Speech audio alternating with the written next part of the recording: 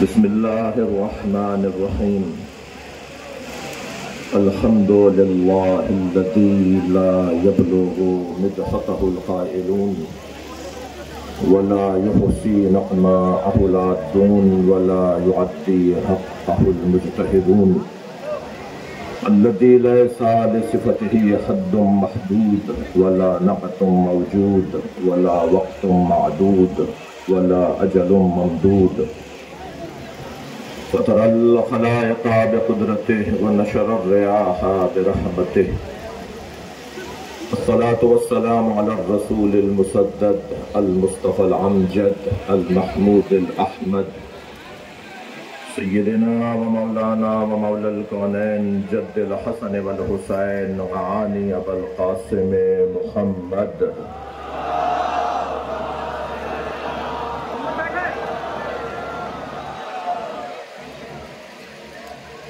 وآله الطيبين الطاهرين المعصومين الذين قال الله إنما يريد الله ليذهب عنكم الرجس أهل البيت ويطهركم تطهيرا.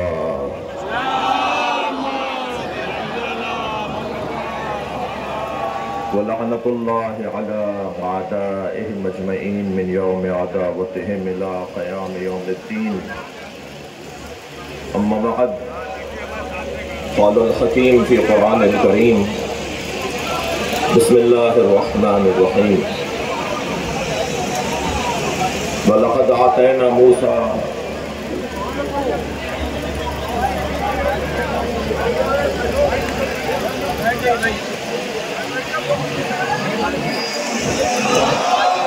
بسم الله الرحمن الرحيم. وَلَقَدْ أَرْسَلْنَا مُوسَى بِآيَاتِنَا أَنْ أَخْرِجْ قَوْمَكَ مِنَ الظُّلُمَاتِ إِلَى النُّورِ وَذَكِّرْهُمْ بِأَيَّامِ اللَّهِ إِنَّ ذَلِكَ لَآيَاتٍ لِكُلِّ صَبَّارٍ شَكُورٍ. صلوات.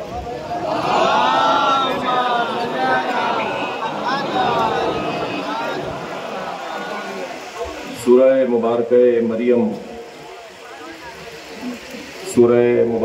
مریم کے علاوہ سورہ مبارکہ ابراہیم ایک لہجے کی دو جگہ آیات ہیں نا، اور بتحقیق ہم نے موسیٰ کو بھیجا ہے.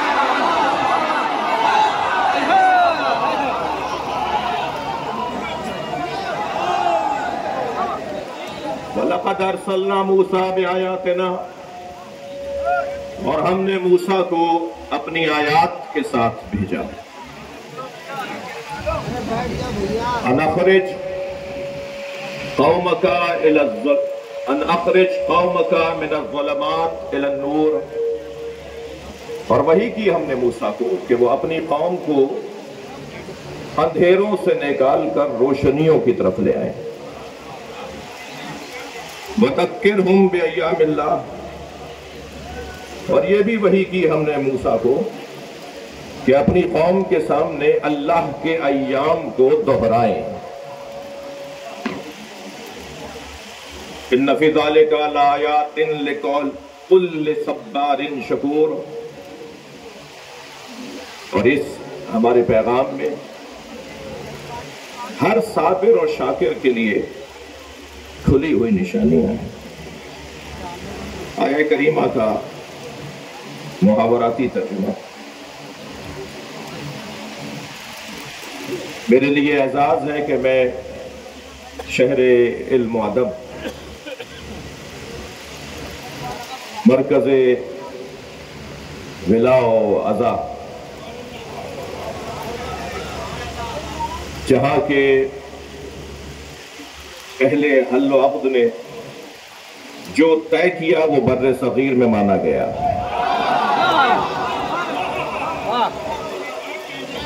ایک ایسی سرزمین جس سرزمین کی فضا میں علم ہے، ایک ایسی سرزمین جہاں سانس لینے والا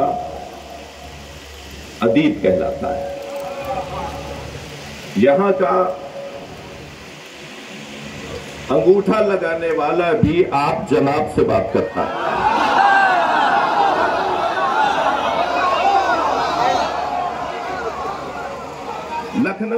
لیے نہیں، میرے لیے اعزاز ہے کہ میں سرزمین لکھنؤ میں تاریخی امام باڑہ آصف الدولہ المعروف بڑا امام باڑہ، اس میں خطاب کے لیے حاضر ہوا ہوں۔ یہ میری عزت ہے، اور شاید یہ منظر جو میں اپنے وطن میں سال میں 2-4 مرتبہ دیکھتا ہوں، مخصوص ایام میں اس طرح کا رنگ تیار ہوتا ہے، یہ ایک بہت بڑا پیغام ہے۔ یہ سب خاموش رہ کے پیغام دے رہے ہیں کہ دونوں وطنوں کے لوگوں میں محبت ہے۔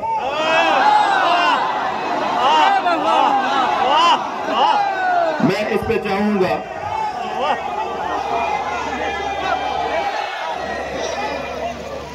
اور گویا میں آج اس طرف سے اس طرف محبتوں کا سفیر بن کر آیا ہوں،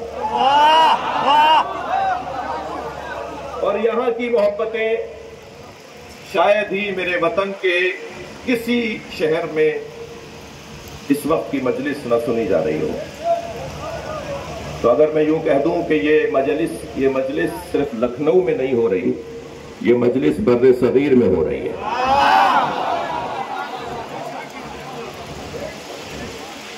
مبارک جگہ ہے، روحانی جگہ ہے، یہاں مانگی جانے والی دعا یقیناً مستجاب ہے۔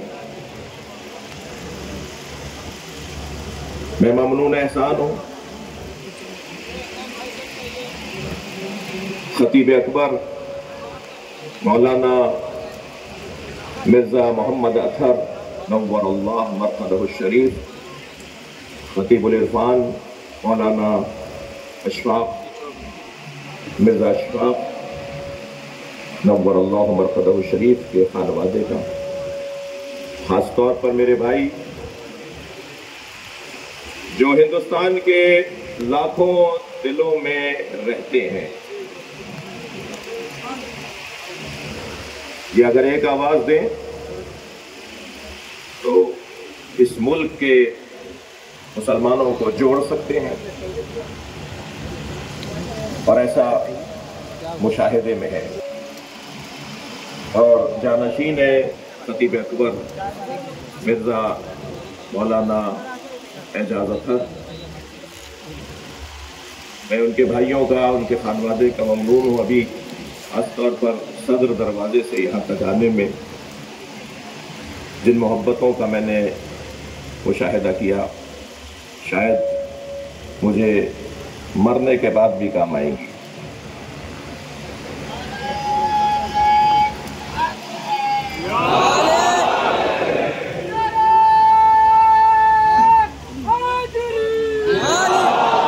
میں ہندوستان کے سیاستدانوں، خاص طور پر جو انتظامی امور اور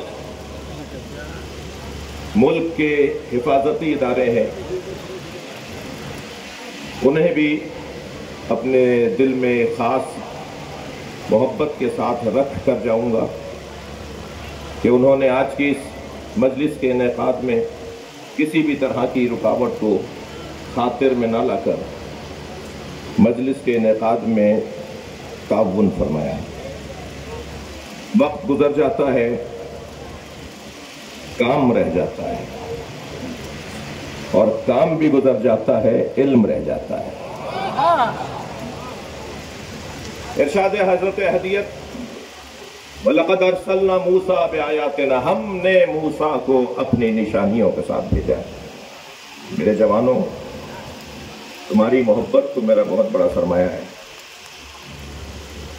حضرت موسیٰ کو اللہ نے آیات کے ساتھ بھیجا ہے، تیاری کے ساتھ بھیجا ہے۔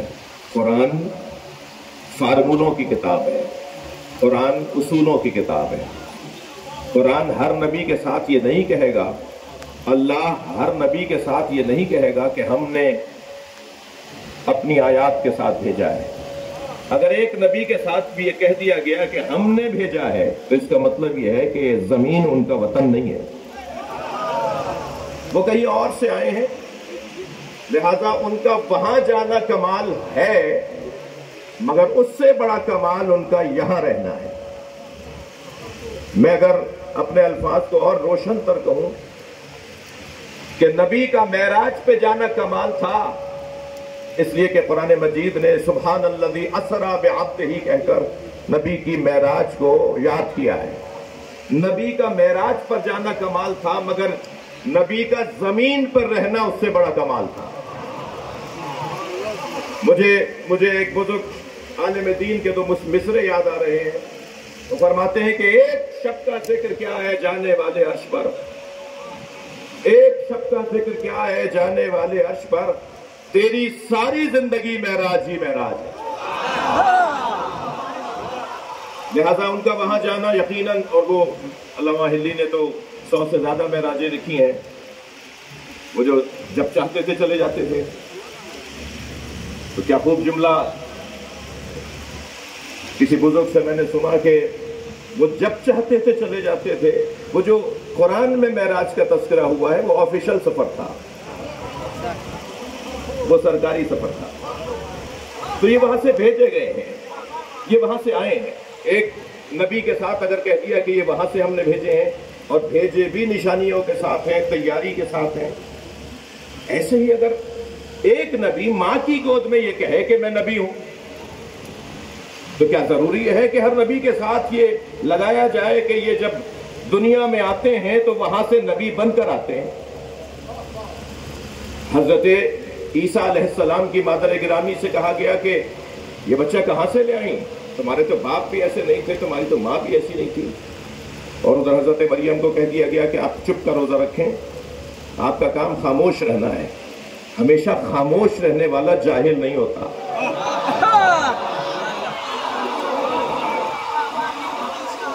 حضرت مریم خاموش، ادھر آواز آئی کہ یہ کہاں سے آیا؟ تو حضرت مریم نے اشارہ کیا بچے کی طرف، فاشارت الیہ۔ ایک مرتبہ ان لوگوں نے جنہوں نے حضرت عیسیٰ کو اپنے بچوں کی طرح سمجھا تھا،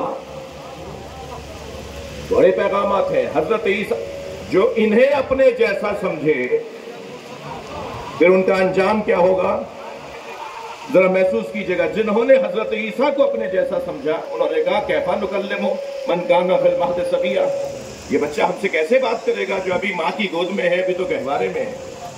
تو جنہوں نے اپنے بچوں جیسا سمجھا، انہیں پیغام ملا کہ خبردار، عیسیٰ گہوارے میں بول سکتا ہے تو عیسیٰ وہ ہے جس کی ماں کو بیت اللہ سے بھیجا گیا تھا،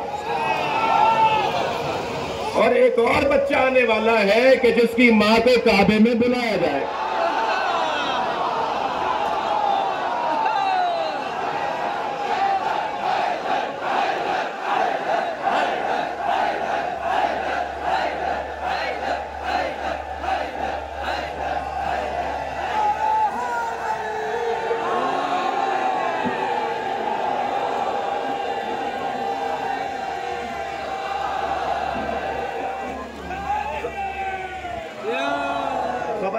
خبردار، اتنا بڑا مجمع، ہم میں کوئی نبی رسول امام تو نہیں ہے، اتنا بڑا مجمع ہم میں کوئی معصوم تو نہیں ہے۔ یہ جو ایک جیسے ہیں انہیں اللہ نے ایک جیسا نہیں بنایا۔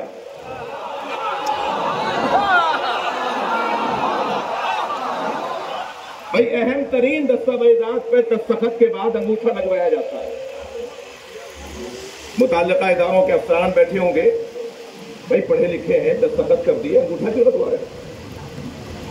یہ انگوٹھا وہ لگائے جیسے سائن کرنا نہ آئے، دستخط کرنا نہ آئے، لیکن دستخط کے بعد انگوٹھا اس لیے لگوایا جا سکتا ہے، لگوایا جاتا ہے کہ دنیا میں اگر فنگر پرنٹ کے طالب علم اور اس شعبے جو کرائم کے ادارے ہیں، جو حفاظتی ادارے ہیں، وہ توجہ کریں، میں کچھ کہہ رہا ہوں، دنیا میں جرائم کو بھی پکڑا جاتا ہے انگلیوں کے نشان سے، اور دنیا میں آثار، بہترین آثار کا رستہ یہ انگلیوں کے نشان ہے۔ دستخط ہو گئے، انگوٹھا کیوں لگوا رہے ہیں؟ اس لیے کہ اگر دنیا میں اربوں انسان ہے نا تو کسی کا کسی جیسا انگوٹھا نہیں ہے. تو اگر آمادہ ہے تو جملہ دیا کر دو, جب انگوٹھا ایک جیسا نہیں ہے تو عقیدہ ایک جیسا کیسے؟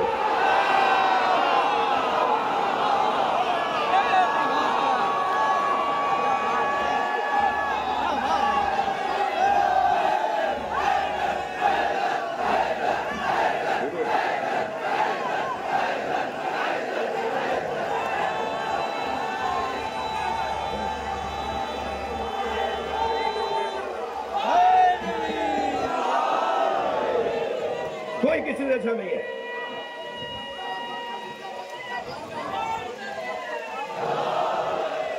بھائی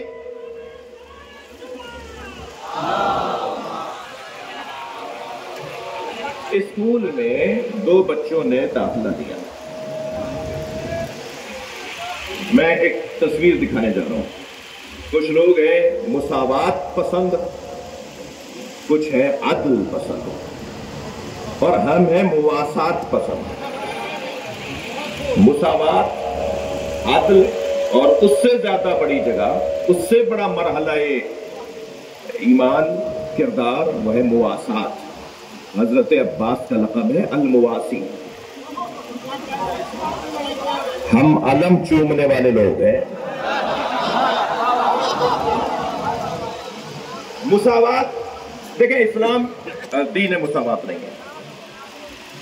اسلام دین عدل ہے, اور جب مرحلہ عدل کمال پر پہنچے تو پھر کربلا بنتی ہے, اور وہاں مواسات کی تصویر نظر آتی ہے. برابری کی بنیاد پر کوئی نہیں. برابری کی بات وہ کرتا ہے, مثلا 2 بھوکے ہیں, 2 روٹیاں ہیں, تو مساوات پسند کہے گا کہ ایک بھوکے کو کھلا دو اور دوسرے بھوکے کو کھلا دو. مساوات پسند یہ کہے گا. لیکن عدل کے پیروکار کہیں گے کہ دیکھو کس کی کتنی بھوک ہے. اگر ایک کی بھوک 1.5 روٹی کی ہے تو اسے 1.5 روٹی دو, اور اگر ایک کی بھوک آدھی روٹی کی ہے تو اسے آدھی روٹی دو. عدل یہ کہتا ہے. تو عدل کا تقاضا تو تفریق ہے. عدل کا تقاضا تفریق ہے. اب مساوات پسند مزاج لوگوں میں ایک منظر نظر آیا کہ 2 بچوں نے اسکول میں ایک ساتھ داخلہ لیا. ایک ہوشیار, محنتی, ذہین, اس نے ایک سال میں کئی کلاسیں پاس کیا. ایک نکما, کن ذہن, اور اس نے کئی سالوں میں بھی ایک کلاس پاس نہیں کی. ایک پہنچ گیا میٹرک میں اور ایک پہنچ گیا تیسری میں. جو مساوات پسند لوگ تھے انہوں نے ان دونوں بچوں کو, بعض افسران آتے ہیں اداروں میں وزٹ کے لیے, تو انہوں نے دیکھا کہ ریکارڈ دونوں کا ایک ہے, ایک ہی تاریخ کو داخل ہوئے, ایک سا ان پہ سرمایہ لگا, ایک سا ان کے اوپر وقت لگا, مگر ایک میٹرک میں ہے اور ایک تیسری میں ہے. تو کہنے لگے انہیں ساتھ ہونا چاہیے. تو وہاں کے مدیر صاحب نے کہا کہ حضور کیسے ساتھ کریں, ایک ذہین ہے وہ پہنچ گیا میٹرک میں, اور ایک کن ذہن ہے محنت ہی نہیں کرتا وہ آیا ہے بہرحال تیسری میں. تو کہنے نہیں, ہونا تو ساتھ چاہیے, انہیں برابر ہونا چاہیے. تو کیسے برابر کریں, آپ ہی بتا دیجئے کیا فارمولہ ہے. تو کہنے لگے ہاں یہ تیسری والا تو میٹرک میں چل نہیں سکتا, وہ میٹرک والے کو تیسری میں لے آؤ. یہ خود تو نبی جیسے ہو نہیں سکتے, کہتے محمد ہم جیسا.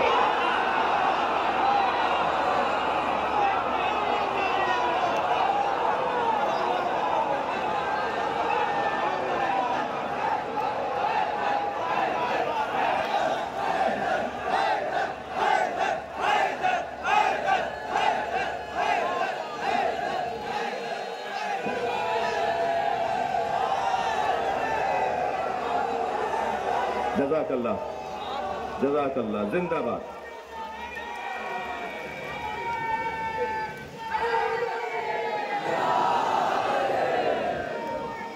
مارکا نیئر بھائی کل آپ محفل میں نہیں تھے. بلال بھائی 2 مصرے مجھے اپنے یاد آ رہے ہیں. مارکا بدر و احد کا سوچ کر تازہ کرو. یہ ان لوگوں سے کہہ رہا ہوں جنہیں نعرہ حیدری پسند نہیں ہے.